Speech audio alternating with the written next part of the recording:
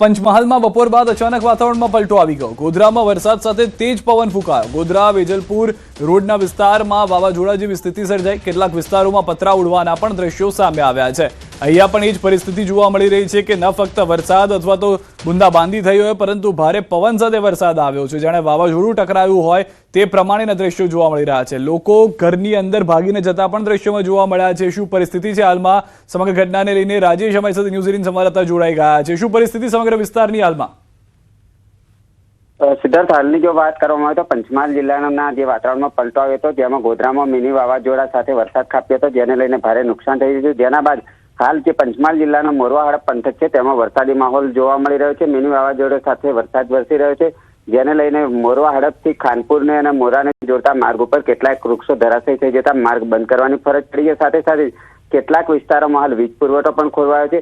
જિલ્લાના અમુક વિસ્તારોમાં તબક્કાવાર જે રીતે વરસાદ અને મિની વાવાઝોડું આગળ વધતું હોય એ પ્રકારના દ્રશ્યો હાલ જોવા મળી રહ્યા છે, જેને લઈને માંગલિક પ્રસંગના આયોજકો સાથે સાથે જે માર્ગ ઉપરથી પસાર થતા વાહન ચાલકો છે તે પણ ચિંતિત જોવા મળી રહ્યા છે। જી આભાર સમગ્ર માહિતી બદલ। તો હાલમાં જે પરિસ્થિતિ આપ દ્રશ્યોમાં જોઈ રહ્યા છો, વરસાદનું આગમન કેટલાક વિસ્તારોમાં ભારે પવન સાથે જોવા મળી રહ્યું છે। કમોસમી વરસાદને પગલે વાતાવરણમાં ઠંડક તો પ્રસરી છે, પરંતુ કમોસમી વરસાદના આગમનથી માંગલિક પ્રસંગોના આયોજકો અને ઈંટ ઉત્પાદકો ચિંતિત બની ગયા છે કે જ્યાં આગળ માંગલિક પ્રસંગો થવાના છે ત્યાં આગળ ભારે નુકસાની જોવા મળી રહી છે। મંડપો ઉડી રહ્યા છે।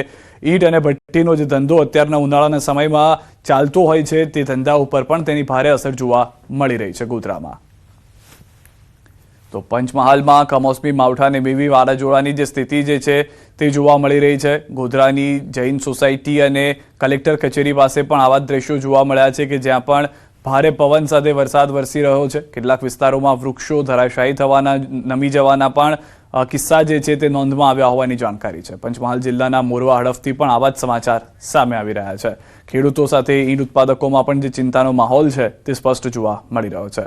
મોરવા હડફની પણ વાત કરીએ। મોરવા હડફ પંથકમાં પણ ભારે પવન સાથે કમોસમી વરસાદ થયો છે। હવામાન વિભાગની આગાહી મુજબ મિની વાવાઝોડા સાથે મોરવા પંથકમાં પણ કમોસમી વરસાદ વરસ્યો। ભારે તીવ્રતા સાથે ભર ઉનાળે જાણે અષાઢી માહોલ હોય તેવા દ્રશ્યો જોવા મળ્યા। તો મોરવા હડફના દ્રશ્યો પણ આપ જુઓ કે જ્યાં આગળ વૃક્ષો જે છે તે નમી જાય તે રીતનો ભારે પવન જોવા મળી રહ્યો છે। લોકો બપોરે ઘરની બહાર સામાન્ય રીતે એપ્રિલમાં ઉનાળાના કારણે, ગરમીના કારણે બહાર નીકળવાનું ટાળતા હોય છે। એના બદલે આ વખતે એપ્રિલમાં ઉનાળાના બદલે ભારે પવન અને જે વરસાદ થઈ રહ્યો છે તેના કારણે ઘરની બહાર નીકળવાનું ટાળી રહ્યા છે। પંચમહાલમાં કમોસમી માવઠા અને મિની વાવાઝોડાની સ્થિતિ। ગોધરાની જૈન સોસાયટી અને કલેક્ટર કચેરી માર્ગ પર વૃક્ષ ધરાશાયી થઈ ગયા છે। કેટલાક સ્થળોએ પતરાના શેડ ઉડવાની ઘટનાઓ પણ સામે આવી છે।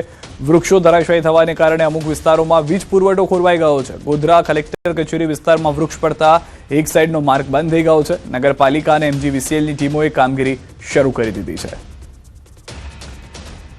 તો પંચમહાલના આજે દ્રશ્યો જોઈ રહ્યા છો। કેટલાક દ્રશ્યો આપ જુઓ, આ દ્રશ્યોમાં જોવા મળી રહ્યું છે વાહનો જે છે તે વૃક્ષની નીચે આવી ગયા છે। ભારે પવન સાથે જે વરસાદ થયો છે, પવન ફૂંકાયો છે, એક તરફ રસ્તા ઉપર પાણી જોવા મળી રહ્યું છે, બીજી તરફ વૃક્ષો નમી જવાને કારણે કાચા મકાનો, વાહનોને પણ નુકસાની થઈ છે। જે કાચા મકાનો હતા તેના ઉપર જેને વૃક્ષો પડ્યા છે।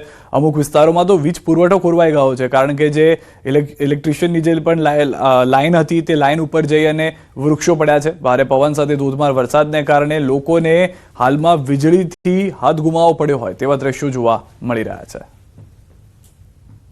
તો પંચમહાલ, ઉત્તર ગુજરાતના મોટાભાગના વિસ્તારો, જેમાં અરવલ્લીમાં પણ જોયું તે પ્રમાણેના દ્રશ્યો અહીંયા જોવા મળી રહ્યા છે। અમુક વિસ્તારોમાં તો વીજ પુરવઠાની સાથે આ દ્રશ્યો આપ જુઓ તો કાચા મકાનો જે છે તે ઉડતા નજરે પડી રહ્યા છે। લોકો બને તેટલું ઘરની અંદર અથવા તો એવા સ્થળોએ જવાનું પસંદ કરી રહ્યા છે કે જ્યાં તેઓ સુરક્ષિત રહી શકે, કારણ કે માંડવા છે, મંડપ જે છે, માંગલિક પ્રસંગો જે છે તેને પણ અસર થઈ ગઈ છે અને તેના કારણે જ આ મોટાભાગના વિસ્તારો જે છે તે હાલમાં જાણે મિની વાવાઝોડાના ઝપેટમાં આવી ગયા હોય તે પ્રમાણે જોવા મળી રહ્યા છે। અને આ ચાર દ્રશ્યો સ્પષ્ટ કરી રહ્યા છે કે અમુક વિસ્તારોમાં જ્યાં વીજ પુરવઠો ખોરવાઈ ગયો છે, કેટલાક વિસ્તારોમાં વૃક્ષો ધરાશાયી થઈને પડી ગયા છે, કેટલાક કાચા મકાનો જે છે ત્યાં વૃક્ષોની નીચે દબાઈ અને નુકસાની થયા હોવાની જાણકારી મળી રહી છે।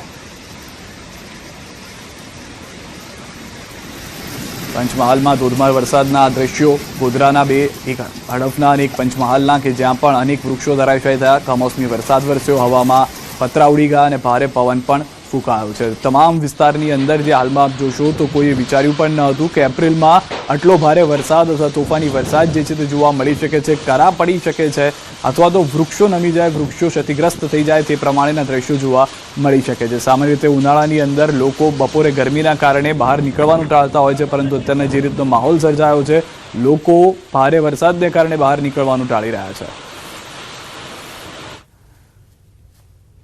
તો મહીસાગર